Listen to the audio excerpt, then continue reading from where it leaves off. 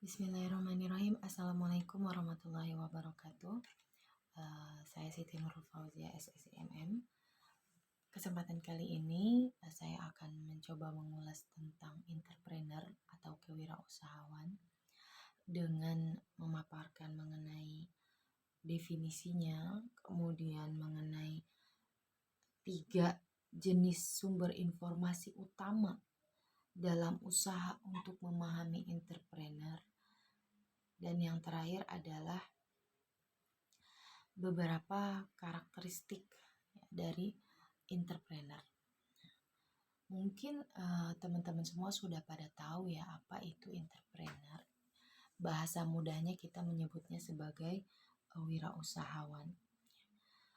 Wirausahawan atau entrepreneur itu didefinisikan sebagai pihak yang menanggung resiko dalam penciptaan usaha baru, sehingga biasanya seorang entrepreneur itu adalah orang yang optimis, ya. Kemudian dia bekerja keras, pendiriannya teguh, dan dia memperoleh kepuasan besar karena mampu untuk mencari nafkah secara mandiri.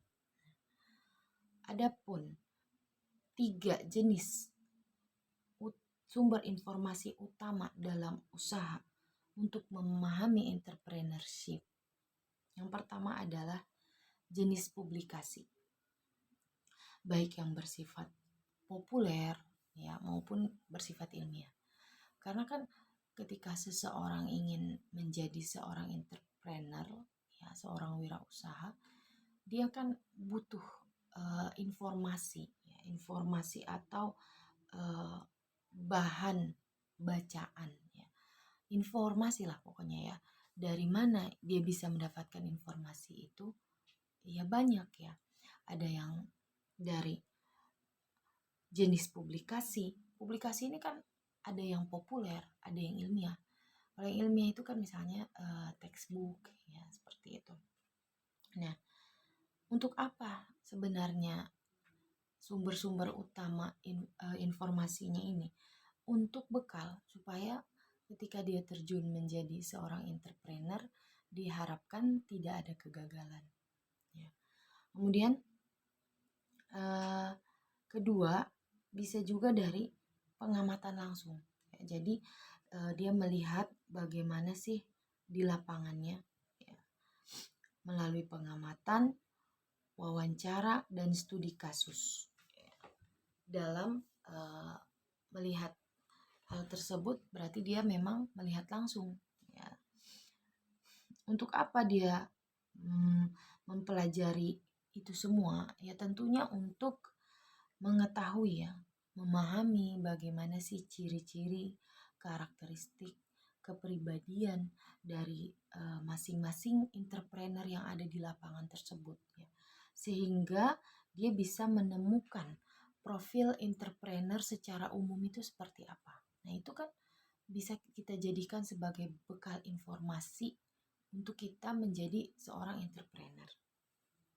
Kemudian yang ketiga, kita juga bisa mendapatkan dari pidato ataupun presentasi dari para entrepreneur. Misalnya kalau kita ikut seminar-seminar ya, ataupun lokakarya atau pertemuan apa saja yang diadakan oleh seorang entrepreneur. Nah, tentu saja informasi semacam ini bisa memberikan peluang untuk menambah wawasan ataupun menambah cara berpikirnya seorang wirausaha itu seperti apa, menambah gambaran gitu ya. Kemudian bagaimana sih karakteristik umum dari seorang entrepreneur? John Cao menyatakan ya, ini dalam modul 1 UT ya. Dikatakan bahwa John Cao menjelaskan bahwa karakteristik dari entrepreneur yang pertama adalah bertanggung jawab penuh, berhati teguh, dan memiliki daya tahan yang tinggi. Ya tentu saja ya, tanggung jawab itu sangat penting untuk seorang entrepreneur. Yang kedua adalah memiliki dorongan kuat untuk berhasil maupun tumbuh.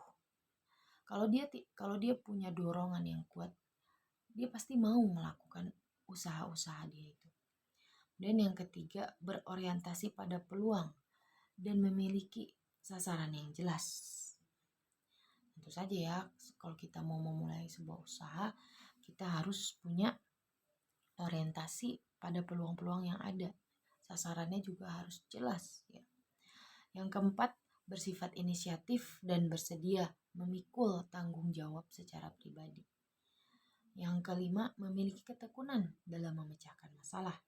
Yang keenam, realistis dan mampu menghargai humor. Yang ketujuh, mencoba memperoleh umpan balik dan memanfaatkannya. Yang kedelapan, menginginkan kebebasan mengatur diri sendiri. Kemudian yang kesembilan, bersedia menanggung resiko yang terhitung. Yang ke-10, tidak mengindahkan status dan tidak tertarik pada kekuasaan. Yang ke-11 adalah dia punya integritas dan merupakan seseorang yang dipercaya. Adapun ciri atau karakteristik menurut Hornaday ya, itu ada menurut Hornaday ada karakteristik dari wirausahawan itu adalah kurang lebih mirip sih ya. Yang pertama adalah percaya diri. Yang kedua, memiliki daya tahan dan keteguhan hati yang kuat. Yang ketiga, penuh energi dan tekun. Yang keempat, memiliki banyak akal. Yang kelima, kemampuan untuk mengambil resiko terhitung. Yang keenam, dinamis dan memiliki kepemimpinan. Yang ketujuh, optimis. Yang kedelapan, memiliki dorongan untuk berhasil. Yang kesembilan, memiliki aneka ragam kemampuan, pemahaman mengenai produk, pasar, peralatan, teknologi. Ya, yang ke-10 dia kreatif, dan yang ke-11 banyak ya. Yang ke-11 intinya kalau menurut Hornaday ya, itu ada sebanyak 42 ya. 42 ciri dari seorang entrepreneurship. Jadi teman-teman bisa buka modul 2.7. Di situ ada 42 ciri dari seorang entrepreneur. Kemudian yang ciri selanjutnya menurut karakteristik entrepreneur menurut abad 21. Ini ada 10. Yang pertama, mampu mengenali dan memanfaatkan peluang. Kemudian yang kedua, memiliki aneka ragam kemampuan. Yang ketiga, kreatif. Yang keempat, memiliki impian masa depan. Yang kelima, berpikirnya bebas. Yang keenam, pekerja keras. 7, optimis. 8, inovator. Yang ke-9, mengambil resiko. Dan yang ke-10, memiliki jiwa pemimpin.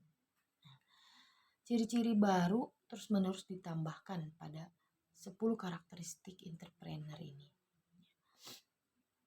Nah, sehingga ditambahkan lagi ya ciri-cirinya itu, walaupun sebenarnya belum lengkap, tetapi diharapkan seorang wirausahawan itu memahami dari ciri-ciri karakteristiknya ini. Ini kan semua kurang lebih sifatnya itu hampir mirip ya, sama. Jadi dengan adanya kita mengetahui apa arti entrepreneur, kemudian juga kita tahu dari mana sih seorang entrepreneur itu mendapatkan informasi mengenai kewirausahaan, dan juga seperti apa karakteristik atau ciri entrepreneur yang baik. Semua itu akan membantu kita menjadi entrepreneur yang baik, entrepreneur yang tidak gagal nantinya. Meskipun dalam pelaksanaannya seseorang yang mencoba berusaha atau berwirausaha tentu ada hambatannya, ada naik turunnya. Nah, tetapi kita jangan lupa ya bahwa entrepreneur itu harus selalu memiliki dorongan untuk bertahan. Nah, disitulah ya yang menyebabkan entrepreneur itu dianggap sebagai entrepreneur yang sejati. Semoga penjelasan saya ini memiliki manfaat. Terima kasih. Assalamualaikum warahmatullahi wabarakatuh.